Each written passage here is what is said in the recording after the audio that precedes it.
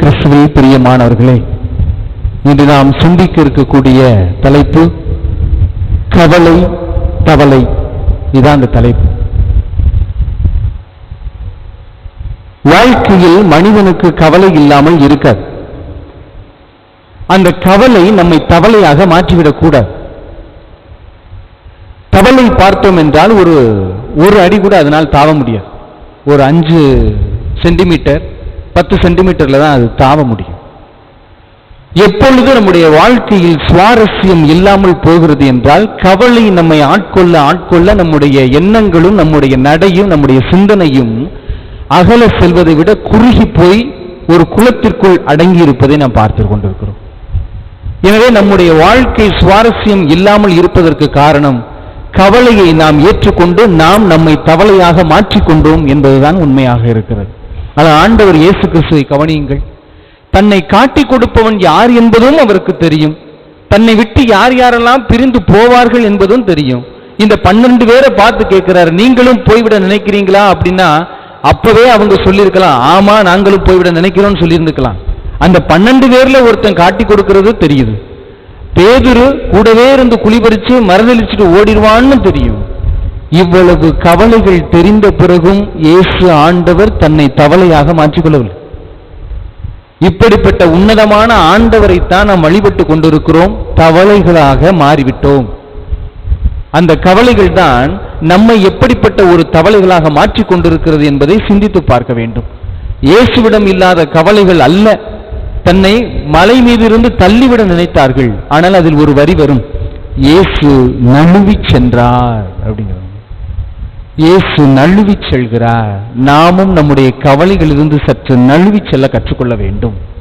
இப்ப குடும்பத்தை பற்றி 2ஆம் வாசகம் அழகாக சொல்லப்படுகிறது. கணவன் மனைவி இருவருக்கிடையே இருக்கக்கூடிய உறவுகளும் தொடக்கத்தில் நல்ல புலி மான் சிங்கம் போல் இருந்தாலும் போக போக தவளைகளாக மாறக்கூடிய ஒரு நிலையை நாம் பார்க்கிறோம். புதிதாக திருமணமாகி வந்திருந்த ஒரு ஆண்டிற்குள்ளாக கணவன் மனைவி இருவருக்கும் இடையே மனக்கசப்பு ஏற்பட ஆரம்பித்து விட்டது. உடனடியாக மனைவியை அவமானப்படுத்த வேண்டும் என்று எண்ணிய கணவன் வாசலில் நின்று விரைவாக, இங்க வாமா வேம வா, உங்க சொந்தக்காரெல்லாம் இங்க வந்திருக்கிறாங்க வேம வா அப்படின்னு சொல்லி கூப்பிடுறார். உடனடியாக மனைவி, நம்முடைய அம்மா அண்ணன் அக்கா எல்லாரும் வந்திருக்கிறாங்க போல அப்படின்னு ஆசையா வெளியில போகும்போது தான் பார்த்தா வெளியில குரங்கு கூட்டம் பூரா உட்கார்ந்துருக்கு. இதெல்லாம் யாருக்கு சொந்தக்கார? மனைவிக்கு சொந்தக்கார. ஆனா அந்த மனைவி சற்றும் தளராமல் சொன்னாங்களாம், பெரிய குரங்க பார்த்து, வாங்க அத்தை நல்லா இருக்கீங்களா, வீட்டுல மாமா நல்லா இருக்காங்களா, மச்சினை வாங்க எல்லாரும் உள்ள வாங்க, குழந்தையா எல்லாரும் உள்ள வாங்க அப்படின்னு சொல்லி குரங்குகள் புறம் உள்ள கூப்பிட்டதாக பார்க்கிறோம். இவர் அவருக்கு கோபத்தை ஏற்படுத்த நினைத்தார், கவலையை ஏற்படுத்த நினைத்தார். ஆனால் புத்தி கூர்மை இருந்ததனால் அவர் திருப்பி அவருக்கு அடிக்கிறார். யாரு? இப்ப அத்தைன்னு சொன்னா தன்னுடைய கணவனுடைய அம்மாவாக மாறி போய் விடுகிறார் அந்த குரங்கு. அவ குழந்தையான்னு சொன்னா அப்படி மாறி போயிருது. இப்படிப்பட்ட இந்த கவலைகளை நாம் திருப்பி விட கற்றுக்கொண்டோம் என்றால் நமக்கு ஒரு நாளைக்குமே பிரச்சனை இருக்க. ஆனா நம்ம என்ன நினைச்சுக்கிட்டு இருக்கோம், என்னைய பார்த்து எங்க குடும்பத்தை பார்த்து இப்படி சொல்லிட்டே நம்ம வரிஞ்சு கட்டிக்கிட்டு சண்டைக்கு கிளம்பணும்னு வச்சுக்கோங்க, குடும்பம் 2ஆகத்தான் போகும். ஏன்னா இன்னைக்கு இருக்கக்கூடிய கலாச்சாரம் அவசர கலாச்சாரம். அவசரமாக வாழணும், அவசரமா முன்னேறணும், அவசரமா செத்து போகணும். இதுதான் இன்றைய கலாச்சாரமாக இருக்கிறது. இந்த கலாச்சாரத்தில் தான் நாம் மாட்டிக்கொண்டு இருக்கிறோம் என்பதை சற்று ஆழமாக சிந்தித்து பார்க்க வேண்டும். கணவன் மனைவி என்ற ஒரு பந்தத்தை ஆழமாக தெரிந்து கொள்ளுங்கள். கடவுள் தொடக்கத்தில் ஆதாமை படைத்தார். ஆதாம் 100% இருந்தார். ஆதாமின் தனியாக இருப்பதை கடவுள் ஏற்றுக்கொள்ள முடியாமல் அவனுக்கு தூக்கத்தை வர வைக்கிறார். தூக்கம் வர வைத்த பிறகு அந்த 100%இலிருந்து 50 பிரிக்கிறார். விழா எலும்பை எடுக்கிறார். 50 பிரிச்சு எடுத்துட்டார். 50 பிரிச்சு எடுத்துட்டா இப்ப ஆதாம் 50, ஏவாள் 50. இப்ப 100% இருந்த ஆதாம் 50 பிரித்தெடுக்கப்படுகிறார். மீண்டும் திருமணத்தின் வழியாக 50 கூட்டல் 50 மீண்டும் இணைவதனால் எத்தனையா மாறுது? 100 மாற வேண்டும். அதுதான் திருமணம். ஆனா நான் 50 தான் நிப்பேன், நின்றா அந்த குடும்பம் தான் பிரச்சனையிலேயே இருக்கும். இயேசு கிறிஸ்து இது பிரிக்காதிருக்கட்டும், இது கடவுளால் இணைக்கப்பட்டது என்று சொல்லுகிறார். ஆனால் நம் மனமோ 50 நின்று விடுகிறது, இன்னொரு 50 ஏற்றுக்கொள்ள மறுத்து கொண்டிருக்கிறது. அதனால்தான் இன்றைய காலகட்டத்தில் குடும்பங்களில் பிரச்சனைகள் அதிகமாக காரணம் இது ஒன்றுதான். கடவுள் மீண்டும் நம்மை 100% மாற்ற திருமணத்தின் வழியாக விளைகிறார். ஆனால் நாம் ஏனோ நான் 50% தான் நிற்பேன் என்று நின்று நம்முடைய குடும்பத்தை நாம் தான் பிரச்சனைக்குள்ளாக சிக்கி தவிக்க மாற்றிவிடுகிறோம் என்பது உண்மை.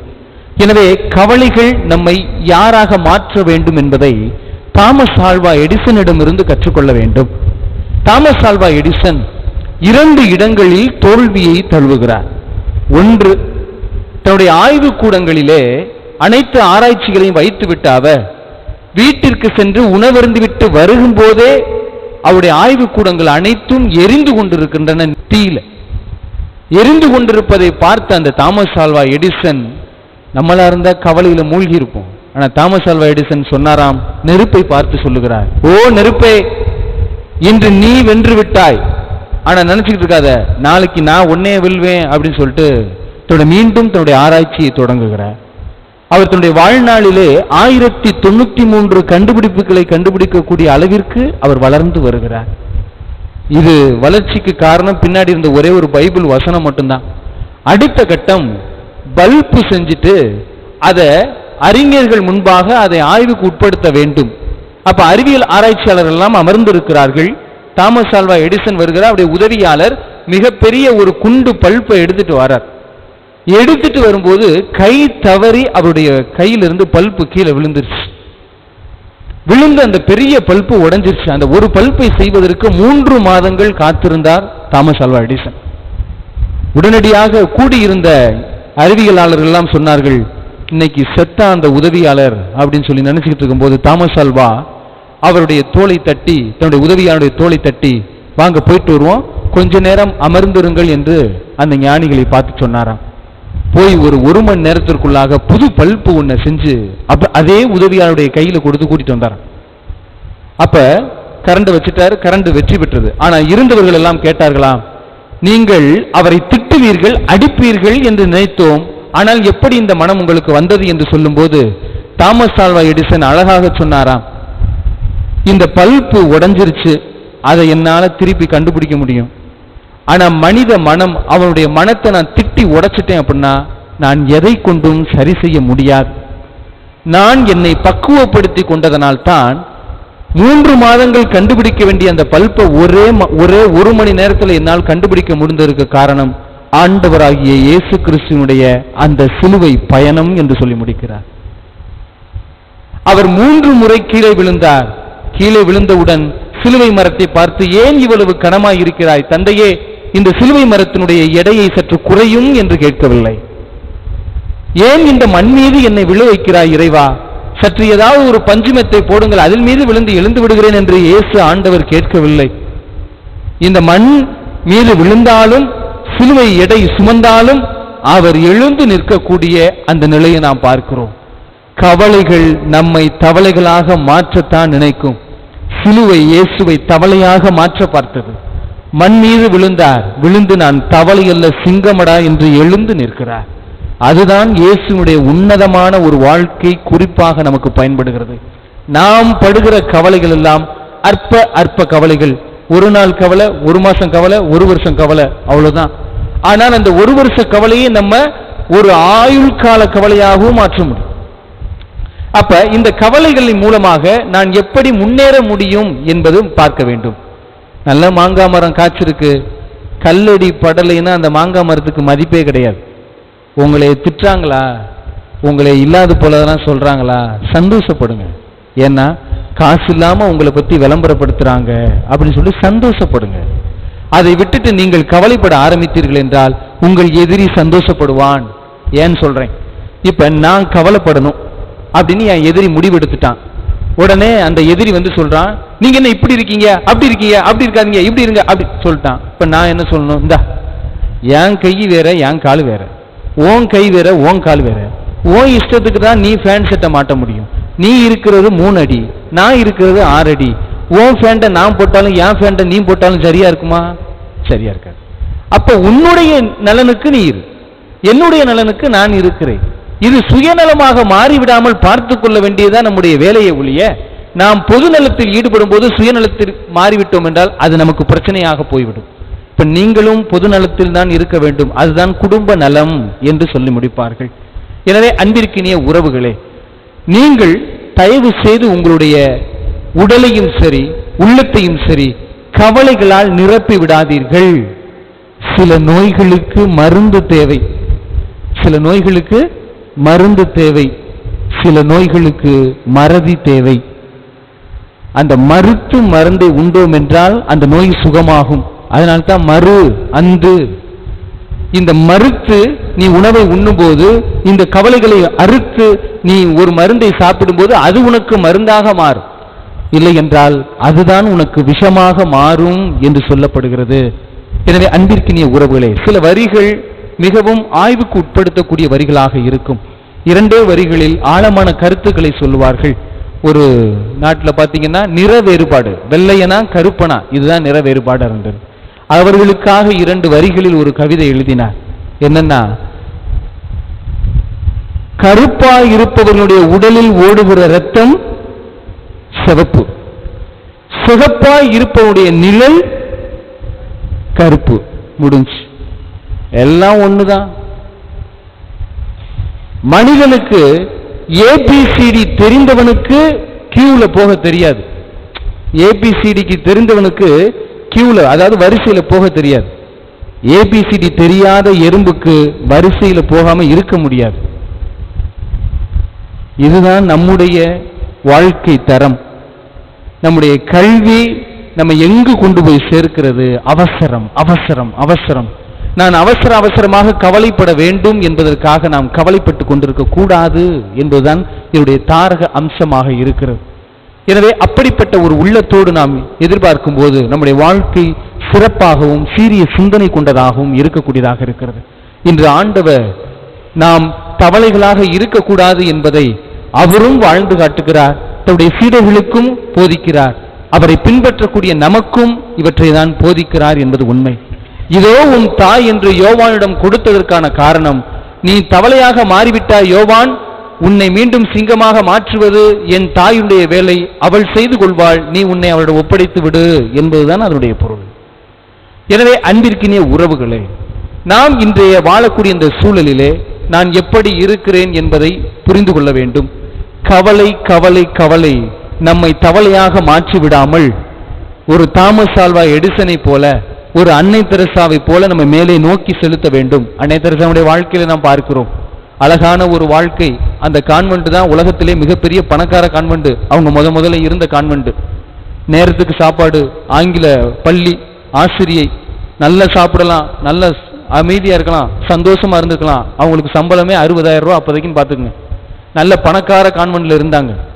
ஆனால் ஒரு மலை அவரை மாற்றிவிட்டது.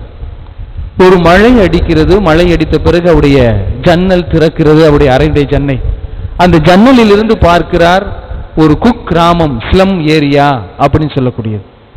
அதில் மக்கள்கள் கூச்சலிட்டு குழப்பமிட்டு ஓடிக்கொண்டிருப்பதை பார்க்கிறார். விரைவாக ஓடுகிறார்.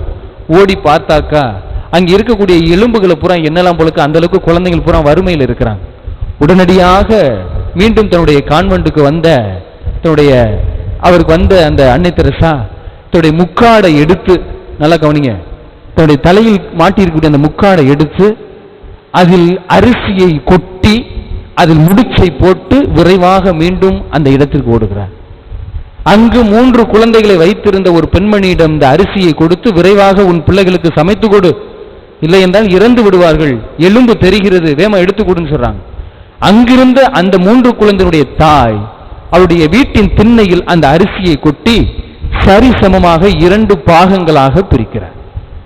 2 பாகங்களாக பிரித்த பிறகு ஒரு பாகத்தை அள்ளி அந்த தாய் இன்னொரு வீட்டின் பக்கம் நோக்கி ஓடுகிறார். அன்னை தெரசாவிற்கு கோபம் கொப்பளித்து கொண்டு வந்து கொண்டிருக்கிறது. மீண்டும் வீட்டிற்கு வந்த அந்த பெண்ணை பார்த்து, உனக்கு அறிவு இருக்கிறதா? உன் பிள்ளைகள் கஷ்டப்படுகிறார்கள் என்றுதானே நான் எடுத்து கொண்டாந்து கொடுத்தேன், நீ அதை விட்டு பாதி எடுத்து எங்கிட்ட ஓடுகிறாய் என்று சொல்லும்போது அந்த தாய் சொன்னாலாம், இல்லை அம்மா, அருகில் என் தோழி, அவளுக்கு 6 பிள்ளைகள், எனக்காவது 3 தான், மொத்தமும் போச்சுன்னா அந்த குடும்பமே போயிடும். அதனால்தான் என்கிட்ட இருக்கிறத நான் பகிர்ந்து உண்கிறேன் என்று சொன்ன மாத்திரத்திலேயே அன்னை தெரசா தன்னுடைய பகட்டான வாழ்க்கையை துறந்த கதைதான் அது. இதுதான் அவருடைய அழைத்தலுக்குள் ஒரு அழைத்தல் என்பதை நாம் பார்க்கிறோம். எனவே அன்பிற்கினிய உறவுகளே, நாம் எப்படி இருந்தால் இந்த உலகம் ரசிக்கலாம் என்றால், தேனீக்கள் நம்மை சுற்றி வர வேண்டும் என்றால் நாம் தேனாக மாற வேண்டும். பறவைகள் நம்மை சுற்றி வர வேண்டும் என்றால் நாம் கனிகளாக மாற வேண்டும். விலங்குகள் நம்மை சுற்றி வர வேண்டும் என்றால் நீர் சுனையாக மாற வேண்டும். மனிதர்கள் நம்மை சுற்றி வர வேண்டும் என்றால் பகிரும் மனிதனாக மாற வேண்டும். அதுதான் இந்த வாழ்க்கையினுடைய உன்னதமான நோக்கமாக இருக்கிறது. எனவே இந்த கவலைகள் நம்மை தவளைகள் ஆக்கிவிடாமல் பார்த்து கொள்ளுங்கள். கவலைகள் எங்கும் போய்விடாது, என்னாலும் நம்மை சுற்றி கொண்டேதான் இருக்கும். அந்த கவலைக்கு பாடம் புகட்டியவர் தான் ஆண்டவர் இயேசு கிறிஸ்து.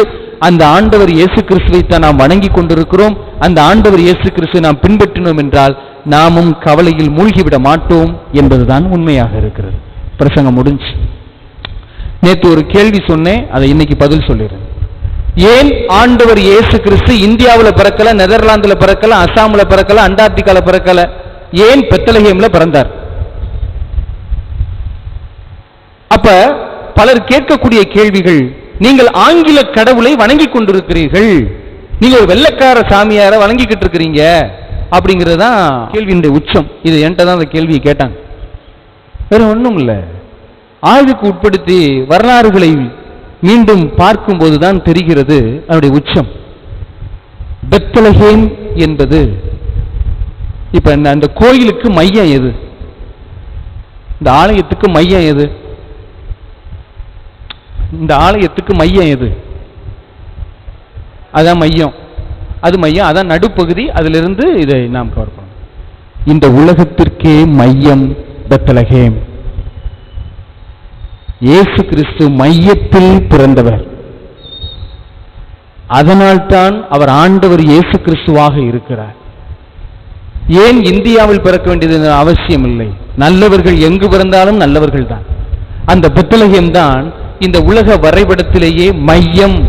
ஒரு காம்பஸ் வச்சு ஒரு ரவுண்டு போடணும்னா மையத்தில் வைப்பாங்கல்ல, அது மாதிரி இந்த மேப்ல வச்சாங்க அப்படின்னா அது முதலில் போய் பார்க்கிற இடம் பெத்லகேம். அந்த பெத்லகேம் தான் இந்த உலகத்தினுடைய மையம். எனவே நாம் வெள்ளைக்கார கடவுளையோ விளங்காத கடவுளையோ வணங்கல, மையமாக இருக்கக்கூடிய ஆண்டவர் இயேசு கிறிஸ்துவை வணங்கி கொண்டிருக்கிறோம் என்று மாறுதட்டி பெருமையாக சொல்லி இறைவனிடம் சரணடையுங்கள். இறைவன் நம் கவலைகள் அனைத்தையும் மாற்றி விடுவார். நீர் அருவியாக ஓட விடுவார். நாம் இறைவனிடம் சரணடையவில்லை என்றால் கவலைகள் நம்மை தவளையாக மாற்றி அழித்துவிடும் என்பதுதான் உண்மையாக இருக்கிறது. எனவே ஆண்டவர் நீரே, நீரே வாழும் கடவுள், நீரே அனுப்பப்பட்டவர் என்ற ஒரு சிந்தனையோடு இந்த தெய்வீக வழிபாட்டிலே கவலையை மறந்து தவளைகளாக மாறாமல் வாழ எங்களுக்கு சக்தி கொடும் இறைவா என்று இறைவனிடம் மன்றாடுவோம்.